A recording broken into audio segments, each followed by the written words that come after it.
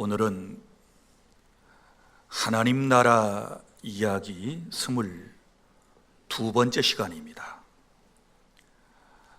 하나님 나라 백성은 시험을 감당할 수 있습니다 라고 하는 말씀을 함께 나누도록 하겠습니다.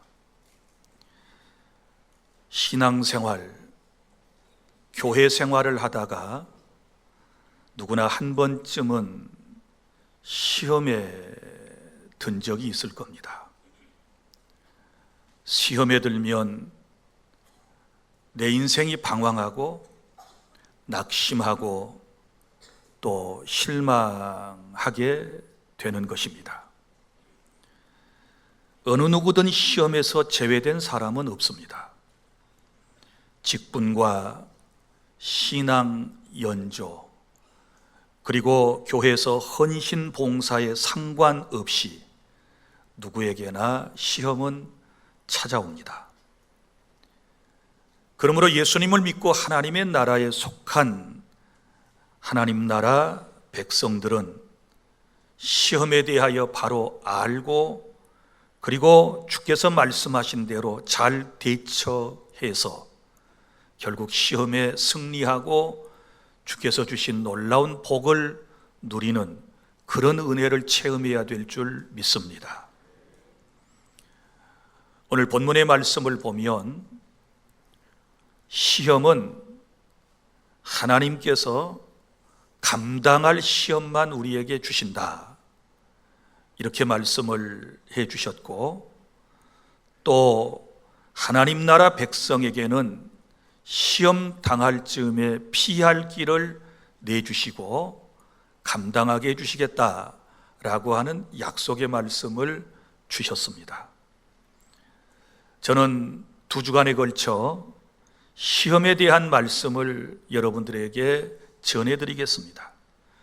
오늘은 시험의 출처, 곧 종류에 대하여, 그리고 또 시험이 언제 찾아오는가에 대하여, 그리고 또한 그 경로에 대하여 말씀을 드리고, 다음 주에는 시험에 든 확실한 여러 가지 증거들, 나의 모습들, 그리고 어떻게 하면 이 시험을 우리가 잘 감당하고 이겨낼 수 있을 것인가에 대하여 말씀을 전해드리도록 하겠습니다.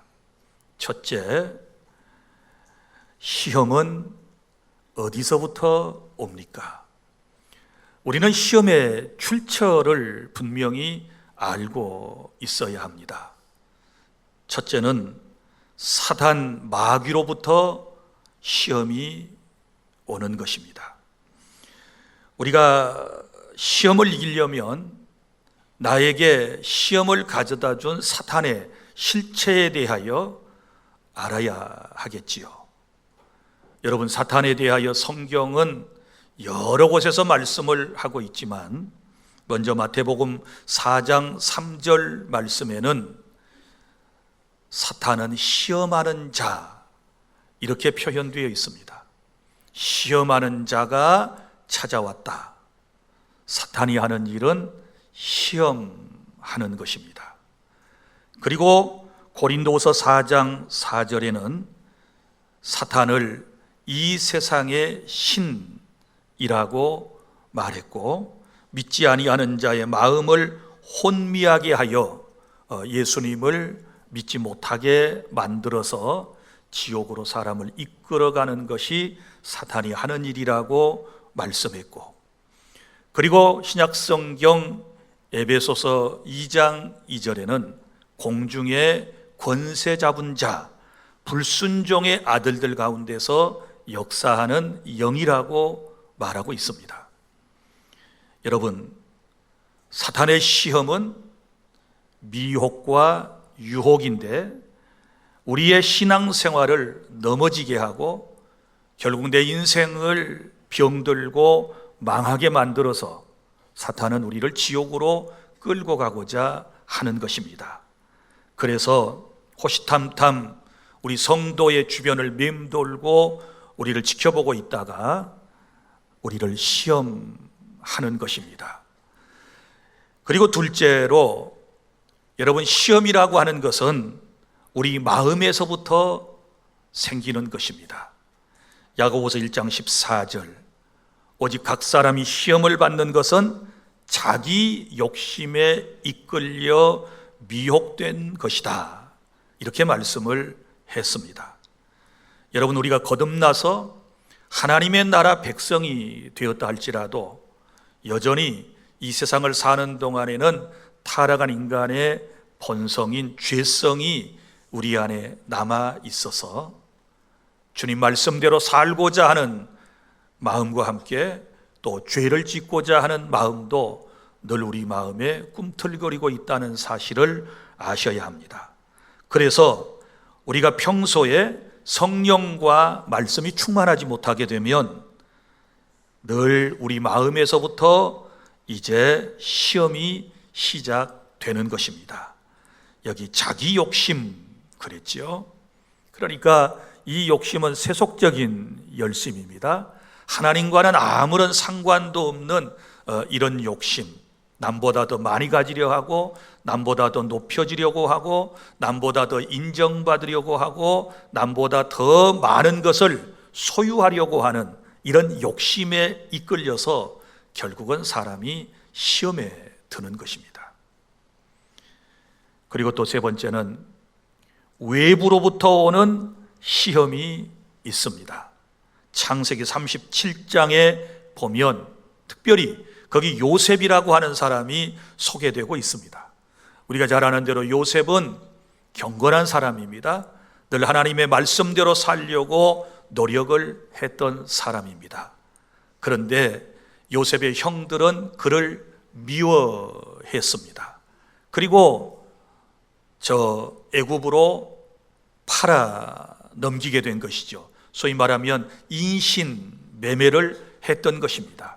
그리고 요셉은 또 애굽 땅에 가서 보디발의 집에서 노예 생활을 했는데 거기서 또 보디발의 아내의 모함을 받아서 감옥 속에 들어가는 그런 또 어려움을 겪게 되었습니다. 이런 모든 과정들을 보면 시험이 외부로부터 왔다라고 하는 것을 알 수 있거든요. 그러니까 우리가 믿음으로 살려고 하고 하나님의 말씀대로 살려고 하고 신앙의 양심을 따라서 이 세상에서 선하게 살아가려고 하지만 때때로 이렇게 외부적으로 오는 시험 때문에 우리 인생이 고달퍼질 때가 있다라고 하는 것입니다. 그런데 여러분, 지금 여러분에게 세 가지 시험에 대하여 말씀을 드렸습니다. 사탄으로부터 오는 유혹, 미혹, 그 다음에 내 마음의 욕심으로부터 오는 시험, 그리고 또 내 의지와 상관없이 외부로부터 오는 이런 여러 가지 시험들을 표현하는 단어가 있습니다. 우리가 이런 것들을 영어 성경에서는 구분하여 사용을 하고 있는데 시험을 temptation 이렇게 말합니다. 이 직역하면 유혹 혹은 미혹이라고 하는 말이고요. 우리가 주기도문을 할 때마다 외우는 것, 우리를 시험에 들지 말게 해 주십시오 라고 하는 그 시험은 바로 이 temptation, 바로 유혹, 미혹, 사탄의 시험을 의미하고 있는 것입니다. 그런데요, 이제 네 번째는 하나님께서도 우리를 시험하신다 이렇게 말씀을 하셨습니다. 그러니까 하나님으로부터 하나님이 허락하심 가운데서 우리 인생이 때때로 시험을 받을 수 있다라고 하는 것입니다. 물론 야고보서 1장 13절, 하나님은 우리가 죄짓도록 템테이션, 시험하지 않으신다 라고 말씀을 하셨기 때문에 너희가 시험을 받을 때에 하나님께 시험을 받는다 하지 말아라 이렇게 말씀을 하셨지 않았습니까? 그런데 구약성경 창세기 22장 1절 이하에 보면 하나님께서는 아브라함을 시험하려고 부르셨다. 또 욥기서에 보면 하나님께서는 인생을 분초마다 시험하시나이다 이렇게 말씀을 하고 있습니다.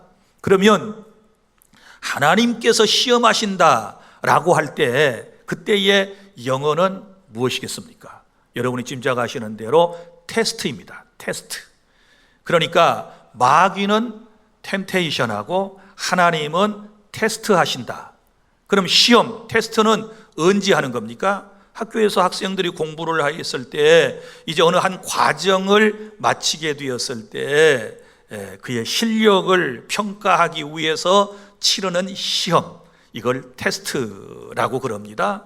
여러분이 잘 아시는 것처럼 우리 선생님들은 시험을 출제할 때 반드시 교과서 범위 내에서 시험을 출제하는 것입니다. 그래서 오늘 본문에도 보면 사람이 감당할 시험밖에는 너희에게 허락하신 적이 없다, 이렇게 말씀을 하셨지 않았습니까? 그러면 하나님께서는요, 저 아브라함을 시험하려고 부르셨다고 그랬는데, 하나님께서 아브라함을 처음에 부르실 때 그는 믿음의 사람 아니었습니다. 갈대아 우르라고 하는 곳에서 아버지 데라와 함께 우상을 만들어 팔고 우상을 섬기는 그런 가정에서 태어났고 그런 문화 속에 살고 있었던 것입니다. 그런데 하나님께서 그의 후손을 통하여 이제 메시아를 보내실 계획을 세우셨고 이 아브라함을 하나님께서 불러내셨거든요.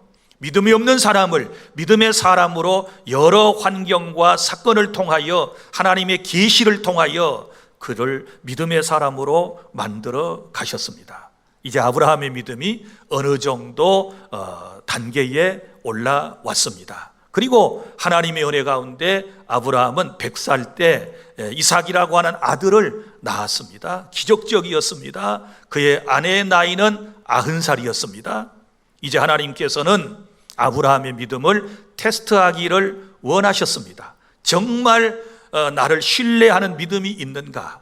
어떤 어려움 가운데서도 나의 말이라면 순종할 수 있는가? 하나님께서는 이것을 보셨습니다. 정말 나를 사랑하시는가, 사랑하는가에 대하여 하나님은 테스트하기를 원하셨지요. 그래서 하나님께서 아브라함에게 내 사랑하는 독자 아들 이삭을 모리아산의 번제 제물로 나에게 바쳐라, 이렇게 말씀을 하셨습니다.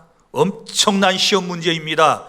사랑하는 독자 아들을 번제는 짐승을 잡아가지고 각을 떠서 불러 태워드리는 제사를 의미하는데 그런 제사를 드리라는 것입니다. 그런데 감사하게도요, 아브라함의 신앙은 그 정도 수준까지 올라왔습니다. 그래서 하나님의 말씀에 즉각적인 순종을 했고 독자 아들 이삭을 모리아산에 가서 드리게 되었을 때 하나님께서 다급하게 아브라함을 부르셨습니다. 아브라함아, 아브라함아, 내 독자 아들 이삭을 죽이지 말라, 이렇게 말씀을 하시면서 네가 이제야 나를 사랑하는 줄을 알았노라, 이렇게 말씀을 하시면서 너와 내 자손과 그리고 내 후손을 통하여 복을 줄 것인데 특별히 너의 후손을 통하여 메시아가 탄생하게 될 거라고 하는 놀라운 복을 하나님께서 내려주신 것입니다.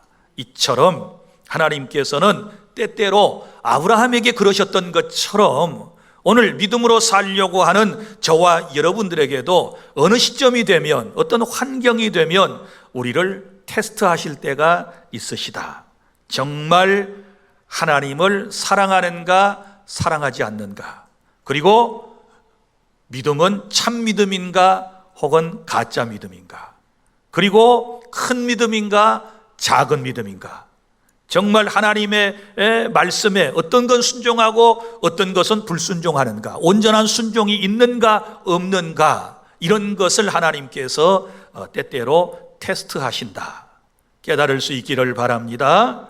자, 그래서 하나님께로부터 오는 시험이 있다라는 것을 아셔야 돼요. 다시 정리하면 시험의 출처, 시험의 종류는 4가지라고 그랬습니다. 4가지인데 먼저가 사탄은 나를 미혹하여 넘어뜨리기 위하여 내게 템테이션, 시험을 줄 때가 있다. 거기로부터 온 건지 아니면 내 마음에 욕심이 생겨가지고 내가 더 많이 갖고 더 누리고 더 높아지고 더 뭔가를 차지하기 위해서 내 마음에서부터 비롯된 그런 시험인지, 아니면 이제 하나님의 온전한 뜻을 이루기 위해서 외부로부터 온 시험인지, 아니면 하나님께서 이제는 내 신앙을 테스트해 보시기 위해서 내게 주신 시험인지를 잘 먼저 분별하는 것이 중요해요.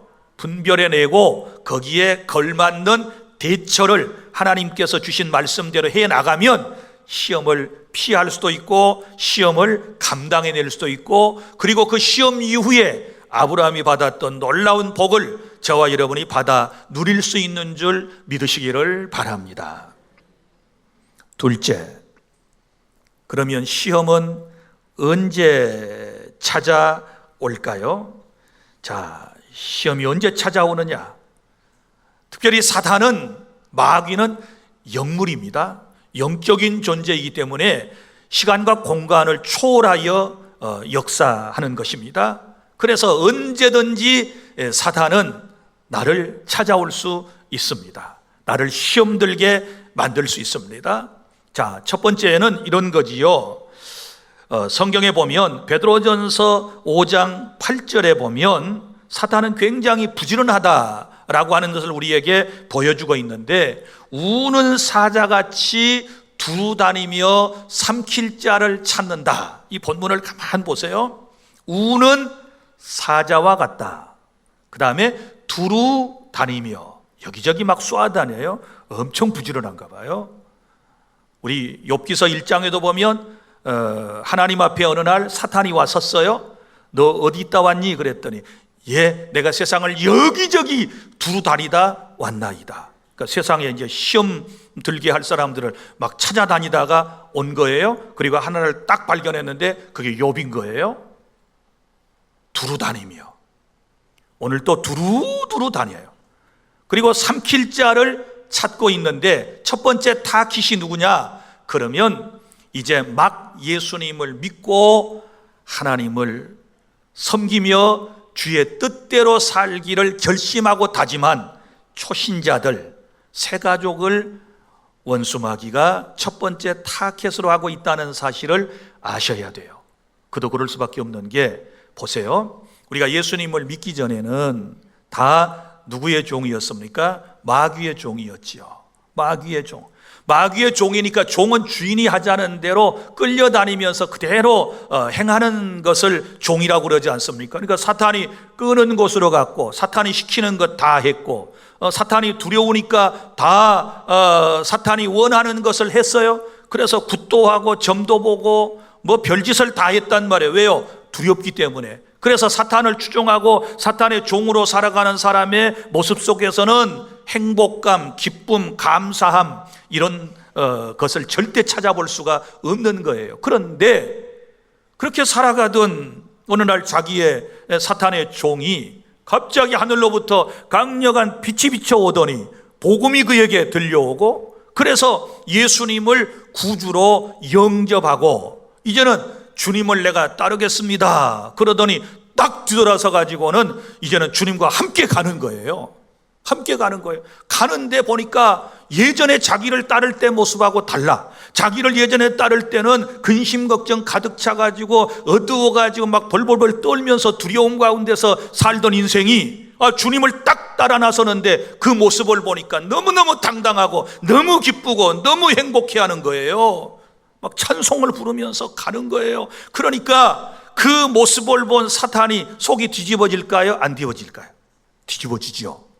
그러면 사탄이 그대로 따라가라고 포기하고 놔둘까요?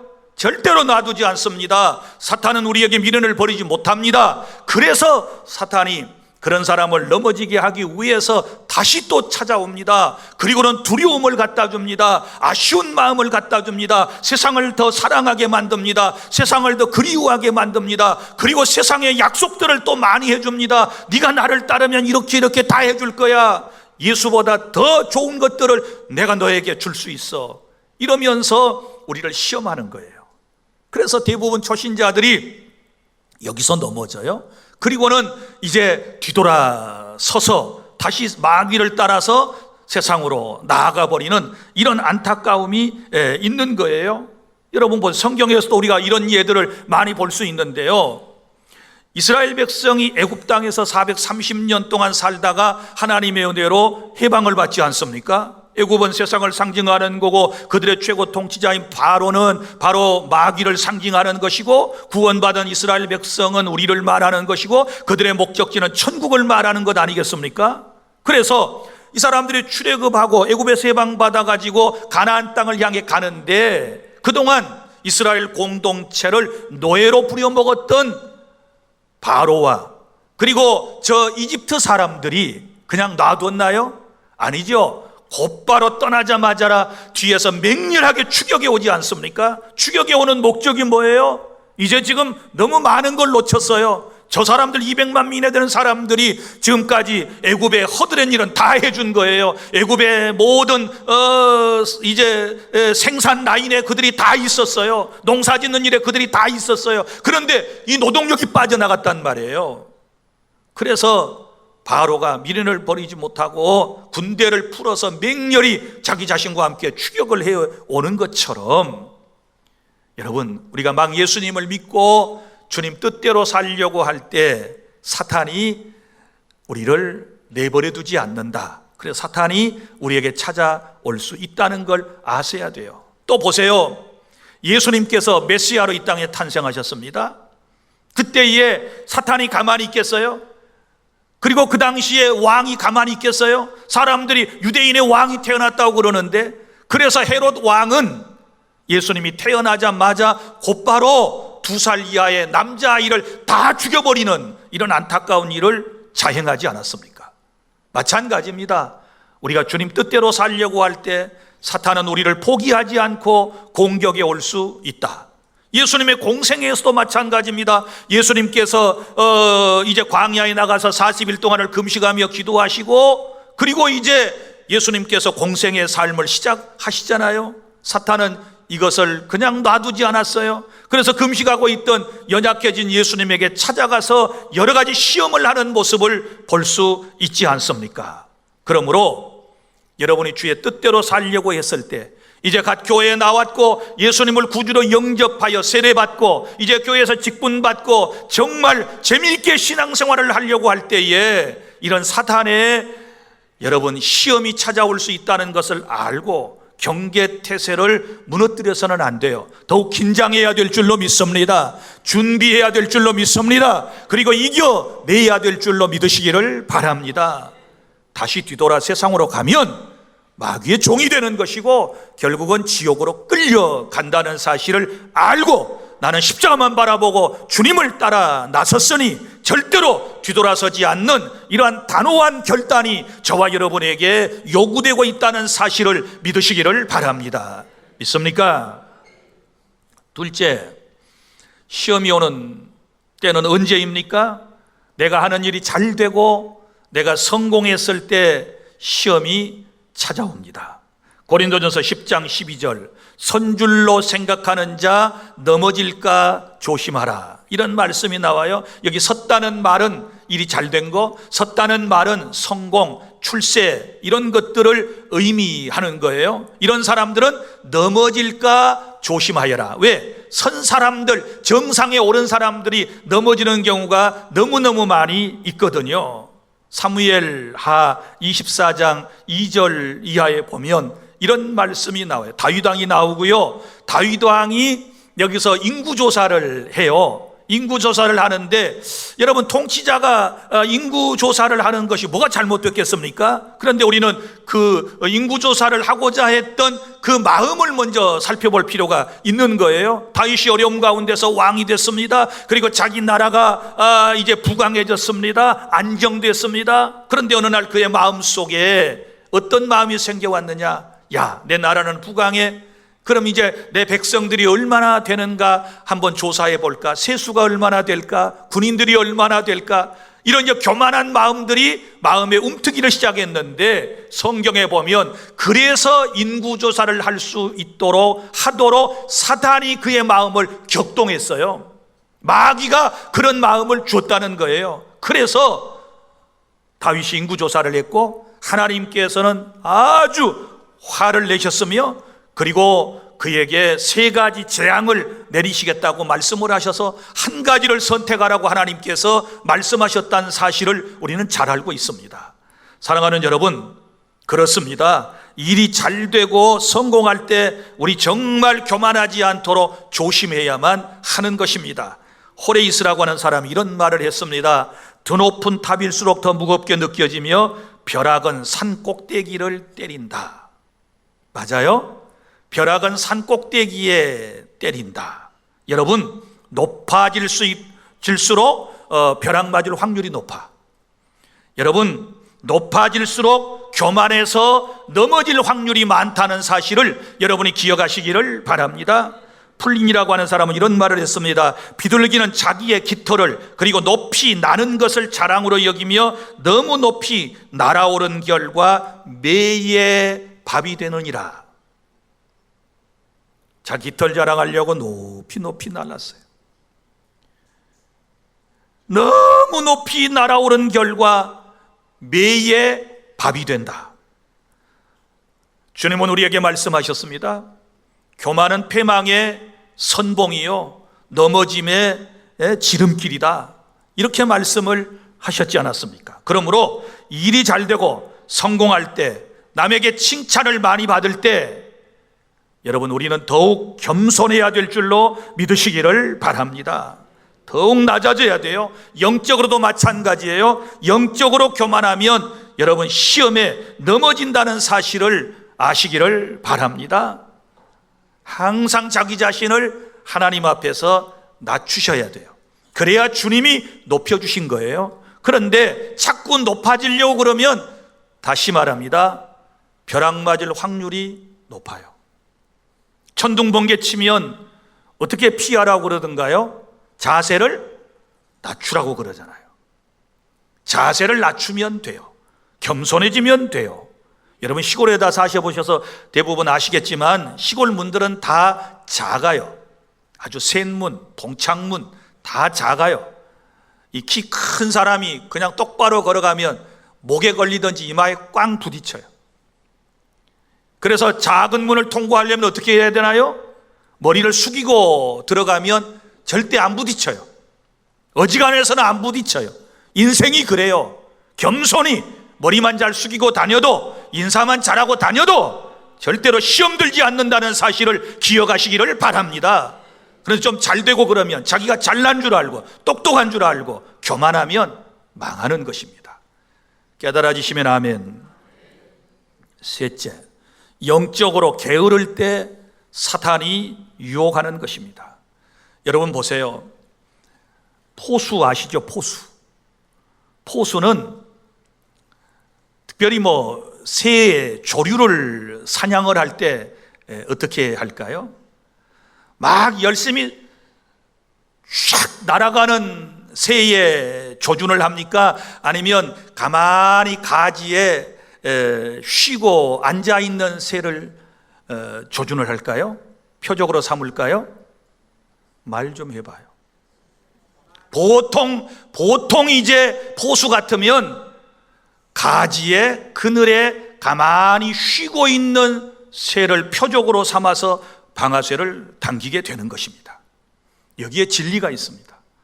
사랑하는 여러분, 사단은요 게으른 사람, 아무것도 안 하고 있는 사람을 표적으로 삼는다는 사실을 아셔야만 하는 것입니다. 그래서 성경에도 보면 마태복음 13장 25절에 사람들이 잘 때 원수들이 와서 가라지를 덧뿌리고 갔다.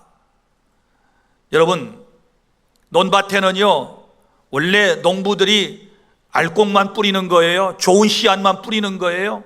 그런데 어느 날 자고 일어나 보니까 막 가라지가 있는 거예요. 뿌리지도 않았던 가라지가 있는데 성경에 보면 자고 있을 때 원수가 와서 가라지를 덧뿌리고 갔다. 이게 뭘 의미할까요? 우리가 영적으로 나태하고 영적으로 자고 있을 때 원수 마귀는 늘 우리의 생각 속에 부정적인 거, 우리의 생각 속에 죄질 마음을 갖다 준다는 사실을 아셔야 돼요. 그런데 열심히 기도하고 믿음으로 살아가는 사람은 시험들 겨를이 없어요. 여러분, 어느 날 에디슨에게 젊은이가 찾아와 질문을 했습니다.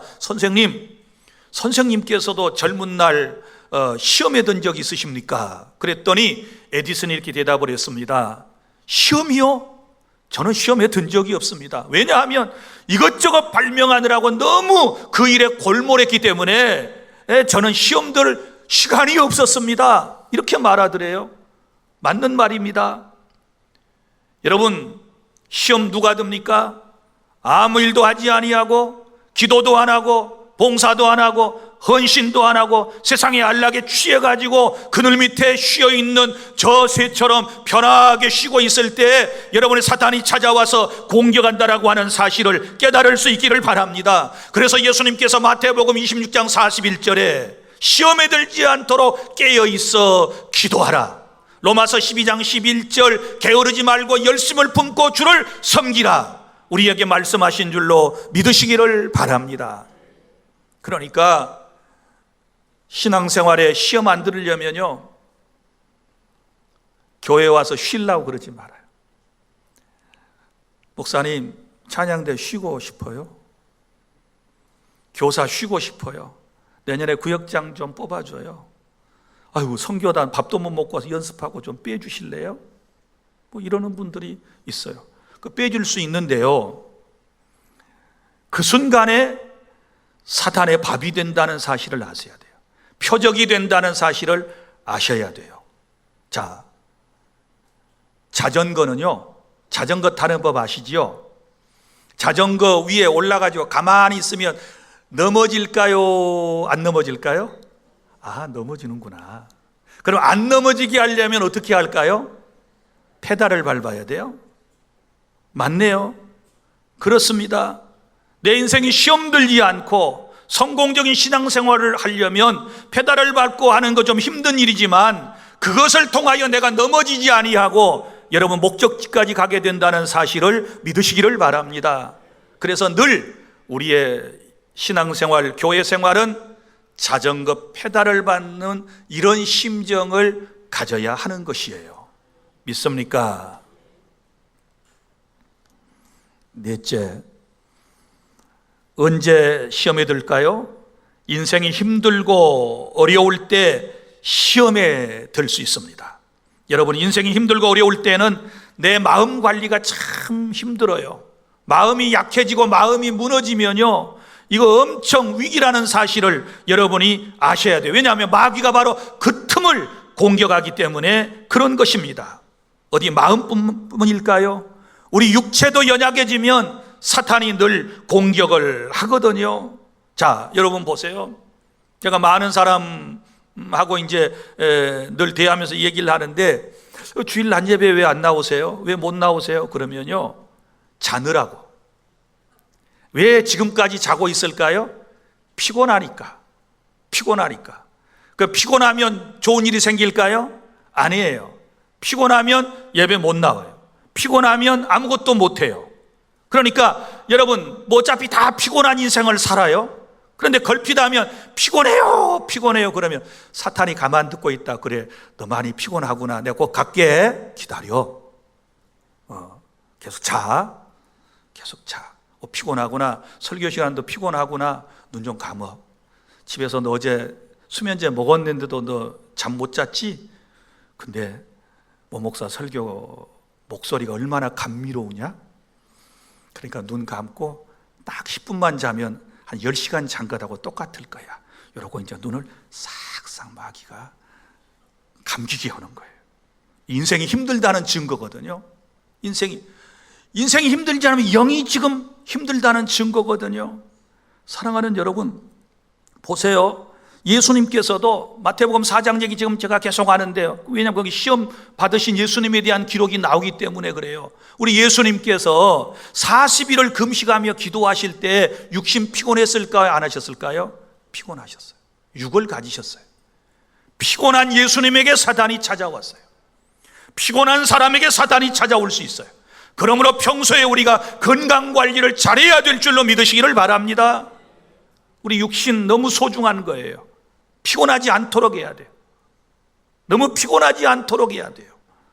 그래서 내 마음도 내 육신도 힘들 때 사탄이 찾아올 수 있다. 시험이 들 수 있다. 다섯 번째는 믿음이 약할 때 시험에 드는 것입니다. 우리 몸이 약해질 때, 여러분 보세요. 면역력이 떨어질 때 병이 침투하듯이 내 믿음이 약할 때 시험이 찾아오는 것입니다. 그러니까 여러분 약해지면 안 돼요. 자, 영도 그리고 마음도 육체도 믿음이 약해지면 안 되는 거예요. 보세요. 창세기 34장에 보면 이런 얘기가 나와요. 자, 야곱의 자녀들이 있어요. 아들 12에 딸 하나였지요. 그런데 이 딸이 이름이 디나인데, 디나가 세겜이라고 하는 불신 동네 쪽을 갔다가 그쪽 사람들에게 겁탈을 당했어요. 그러니까 이 오빠들이 막 열이 나가지고 속에서 막 다 올라왔어요. 어떻게 하는지 보복을 하고 싶은 거예요. 그래서 짜낸 계략이 뭐였느냐, 이렇게 그들에게 점잖하게 얘기를 했습니다. 여보시오, 우리 이스라엘 사람들은 할례를 받지 아니한 이방 사람들과는 혼인을 할 수 없어. 그러니 앞으로도 계속해서 당신들 족속과 우리 이스라엘 사람들이 혼례를 치르려면 당신들도 할례를 받아야 합니다. 이렇게 말했단 말이에요. 그러니까 이 세겜에 사는 사람들이, 남자들이 할례를 받잖아요. 할례가 뭡니까? 남자의 생식기의 포피를 잘라내는 요즘으로 말하면 포경수술과도 같은 것인데, 이 장정들이요, 이스라엘 사람들과 혼인하기 위해서 다 이제 이 소위 말하는 포피를 잘라내는 포경수술 같은 걸 한 거예요. 여러분, 그리고는 피를 흘리고 힘이 없으니까 다 집에 이제 앉아 있는 거예요. 싸울 능력이 없는 거예요. 이때에 야곱의 아들들이 세겜을 급습해 가지고 거기에 사는 남자들 다 죽여버려요. 다 죽여버려요. 이런 비극적인 역사가 성경에 기록. 마찬가지예요. 내 믿음이 연약해질 때, 내 육체가 연약해질 때 사탄이 공격한다는 사실을 알고 어찌하든지 영과 육을 강건하게 우리가 날마다 말씀과 기도로 무장해 나가야 될 줄로 믿으시기를 바랍니다. 그리고 혼자 있는 것 조심해야 돼요. 혼자 있는 것. 이 믿음이 약한 사람들은요, 혼자 있는 것을 굉장히 좋아해요. 여러분, 하와가 남편하고 함께 있지 않고 혼자 있다가 뱀이 찾아와서 미혹할 때 넘어갔어요. 둘이 같이 있었더라면 그런 일이 안 생길 수도 있는지 몰라요. 그렇지 않습니까? 그런데 연약한 인간이 여자가 혼자 있다가 뱀의 유혹을 받고 넘어가고 남편에게도 선악과를 따먹게 하는 모습을 우리가 볼 수 있잖아요. 마찬가지입니다. 성도도 마찬가지예요. 혼자 있을 때 이 사탄이 찾아올 수가 있어요. 여러분, 교회 식구들과 신령한 교제를 하지 아니하고 외톨박이 신앙생활을 하고 외로울 때 시험이 찾아오는 것입니다. 그러므로 항상 모이기를 힘쓰고 말씀과 기도를 통해 건강한 신앙생활을 해야 될 줄로 믿으시기를 바랍니다. 인간은 사회적 동물입니다. 우리가 구원은 개인적으로 받지만 신앙생활은 살아있는 동안에 교회 공동체를 통하여 하도록 하나님이 정하셨습니다. 그러므로 교회 식구들과 잘 어울리셔야 돼요. 어울리셔야 돼요. 좋은 일이 있는데 누구 한 사람에게도 축하를 받을 만한 사람이 없다, 연락을 할 사람이 없다, 이거 보통 문제가 아니에요. 내 인생이 힘들어서 기도를 부탁하고 싶은데 기도 부탁할 사람이 없다, 그런 인과관계를 교회에서 교제를 하지 않았기 때문에 그런 거예요. 이런 폐단을 없애려면 모이기에 힘쓰고 성도의 교제를 잘 나누는 그런 지혜로운 교회 생활이 될 수 있기를 바랍니다. 셋째, 시험이 오는 경로가 있습니다. 시험이 어디를 통해서 오는지를 아셔야 합니다. 우리가 보세요. 도둑이 우리 집에 여러 번 왔는데 그때마다 도둑놈이 어디로 왔는가를 알고 미리 대처하면 도둑 맞지 않겠지요. 그 작은 창틀 옆에 있는 늘 글이 왔다, 그걸 뚫고 왔다 그러면 뭐 쇠창살을 하든지, 아니면 이 열쇠가 자물쇠가 너무나도 시원찮은데 이것 때문에 늘 따고 들어왔다 그러면 아마 보강을 하고 대처를 할 거예요. 그러면 그곳으로 못 들어오지요. 마찬가지입니다. 우리가 시험이 오는 통로를 알면, 경로를 알면 미리미리 대처할 수 있어요. 첫 번째는 가장 가까운 사람을 통해서 시험이 와요. 누구를 통해서? 가장 가까운 사람. 자, 먼 곳에 사는 사람을 통해서 시험이 오지 않습니다. 저 부산, 서울 사는 사람에게서 여러분 그 사람을 통해서 시험이 옵니까?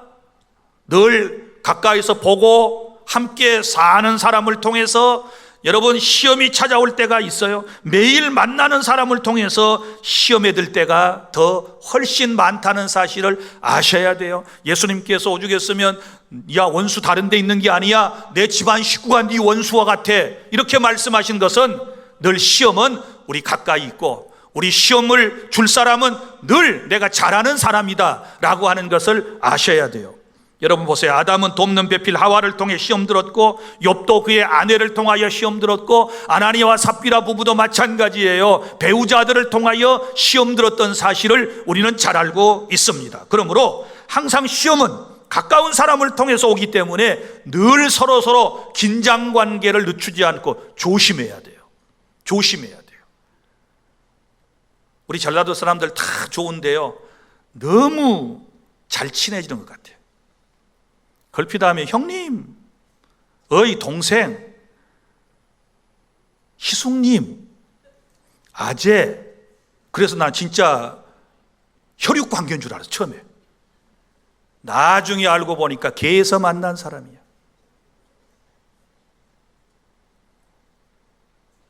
자, 너무 쉽게 만나면 쉽게 헤어져. 가까운 사람 조심해야 돼. 더 서로 예의를 갖춰야 돼요. 더 말도 조심해야 돼요. 왜요? 멀리서 있는 사람 통해서 시험 드는 게 아니고 집안 식구를 통해서 시험 들고 가장 가까운 교우들을 통해서 시험 들 수 있기 때문에 이걸 알면 미리미리 준비해야 돼요. 그리고 두 번째는 시험은 내가 가장 좋아하고 사랑하는 것을 통해서 시험이 내게 찾아와요. 자, 낚시꾼이 어떤 물고기를 잡으려면 그 물고기가 좋아하는 미끼를 사용하지 않습니까? 그래서 그걸 잡아요. 사탄은 성도들이 육적으로 좋아하는 것을 통해서 시험을 하는데 그 미끼 속에는 날카로운 뭐가 숨겨져 있어요? 낚시가 숨겨져 있다는 사실을 알아야 돼요. 그러니까 내가 가장 사랑하고 좋아하는 것, 하나님보다 아들, 딸, 손자, 손녀 너무너무 좋아하고 사랑하면 그 사람을 통해서 시험 옵니다. 나는 오직 물질 모아야 돼, 더 많아야 돼, 이러면 물질을 통해서 시험이 옵니다. 늘 건강이 최고야, 이러면 분명히 건강을 통해서 시험이 올 때가 있을 것입니다. 그러므로 내가 좋아하고 내가 가장 사랑하는 것, 그거 늘 여러분이 조심해야 된다는 사실을 나는 여러분들에게 주지시켜 드리고 싶습니다. 깨달을 수 있기를 바랍니다. 그리고 세 번째는 나의 약한 것을 통해서 시험이 오는 것입니다. 여러분, 운동선수, 특별히 격투기 하는 선수들을 봐요. 저도 이제 가끔 이 격투기를 보면 죄송해요, 너무 시원해. 아주 격투기 하는 걸 보면 너무너무 그 다음 레슬링도 너무 재밌어요. 레슬링 그 조금 뭐 짜가지고 하는 것 같기도 해요. 그런데 너무 리얼하게 하니까 너무너무 재밌어. 특별히 여성 그 레슬링 선수들 막 격투기 하는 걸 보면요, 야, 막 대단한 생각이 다 드는 거예요. 우리 옆에 저런 사람이 없는 게 너무 감사하다 막 싶을 정도로. 그런데요, 이 운동선수가 상대방을 이기기 위해서는 어디를 때릴까요? 약점을 때리는 거예요. 약점. 예를 들어서 록킥이라고 그래가지고 허벅지 짱단지 같은 데가 뭐 아무리 우애가 잘 발달이 됐어도요, 그런 데를 차면 뭐 무너지거든요. 또 거기만 막 노리는 사람은요, 계속 짱단지, 허벅지 막 이런 데를 발로 차는 거예요. 또 어떤 사람은 옆구리가 약한 걸 알고 막 옆구리만을 공략하는 사람도 있고요. 다 약점을 공격하는 거예요. 여러분, 사탄도 마찬가지예요. 나의 약점을 알고 공격해요. 이성이 약한지, 물질이 약한지, 명예가 약한지, 이런 것들을 알고 나를 공격하기 때문에 여러분의 약점을 여러분이 스스로 지금 파악을 하고 계시다면 그 약점을 잘 보강하실 수 있기를 바랍니다. 넷째, 사소한 것을 통해서 시험이 찾아옵니다. 자, 큰 일에서만 오는 것이 아니고 작은 일 하나하나에서부터 오는데요, 사소한 말 한마디, 사소한 일, 사소한 얼굴의 표정, 행동 하나하나를 통해서 시험에 들 때가 있습니다. 여러분, 생선 가시가 목에 걸리는 것은 생선의 등뼈가 아니라 작은 가시의 목을 걸린다는 사실을 아셔야 돼요. 그래서 가정에서도 서로 부부간에 시험 드는 거, 사소한 말 하나, 행동 하나하나 이런 것에 시험 들지 않습니까? 사소한 모욕적인 언사, 욕설, 무례한 행동, 이것이 폭행과 결국은 살인을 가져온다는 사실을 알고 사소한 것 하나하나도 우리가 조심해야 돼요. 조심해야 돼요. 교회에서 시험 드는 사람들 보면 아주 사소한 것에서부터 시험 드는 사람이 있는 것을 볼 수 있어요. 아무것도 아닌데 그것 때문에 시험 들어. 여름에는 선풍기 때문에 시험 들어. 나는 더워 죽겠는데 이 사람은 선풍기를 찾고 가서 꺼. 나는 막 더워 죽어서 에어컨을 켜는데 막 뒷꼭지가 너무 시원하다고 끄라고 난리가 아니에요. 또 어떤 사람은요, 너무너무 사소한 시험에 걸리는데 앉을 때도요, 교회 와서 가운데부터 착착 앉으면 뭐 좋고 기퉁이 앉아가지고요, 좀 늦게 온 사람 오면 싹 쳐다보고요, 또 늦게 온 사람도 대단해, 비켜달래. 아무데나 빈데 많으니 가서 앉지. 그래가지고 꼭 이렇게 하면 뚱뚱한 사람이 우리가 그러다가 시험 들어. 또 인사를 했네 안 했네 해가지고 시험 들어. 받았네 안 받았네 해가지고 또 시험 들어. 목사님 눈이 마주쳤느니 안 마주쳤느니 이래가지고 또 시험 들어요. 아무것도 아닌데 시험 들어요. 시험 들어. 밥 먹으러 가가지고 식당에 가서는 짜네 맵네 해가지고 시험 들어. 짜면 물 좀 더 치고, 매우면 안 먹으면 될 거고, 맛있으면 많이 먹고 감사합니다 그러면 될 거를 꼭 싸우자고 온 사람처럼 작심하고 교회에 온 사람의 특징은 설교 시간에 10중 8구는 조라. 자, 사람이요, 이게 말로 하지 않아도 표정 하나하나가 굉장히 중요해요. 그러죠? 금방 싹 보면 생콩한지 따뜻한 건지 금방 알아요. 눈도요, 똑같은 눈이지만 눈을 어디로 뜨느냐에 따라 달라. 이렇게 저처럼 이렇게 보면 아주 다정스럽고 사랑스러운 눈이잖아요. 근데 눈에다가 힘을 탁 줘서 보면 성질 났구나. 또 눈을 까는 거하고 위로 올리는 거 또 달라. 위로 딱 치켜들면 뭐예요? 막 성질 난 거예요. 밑으로 내리면 삐진 거예요. 눈동자의 색깔에 따라 또 달라요. 충혈이 더 있으면 막 열이 나가지고 이런 사람이고. 그러니까 이런 사소한 것 하나하나에 시험 들기 때문에 여러분이 서로에게 조심해야 돼요. 집에서건 어느 공동체에서든 조심해야 돼요.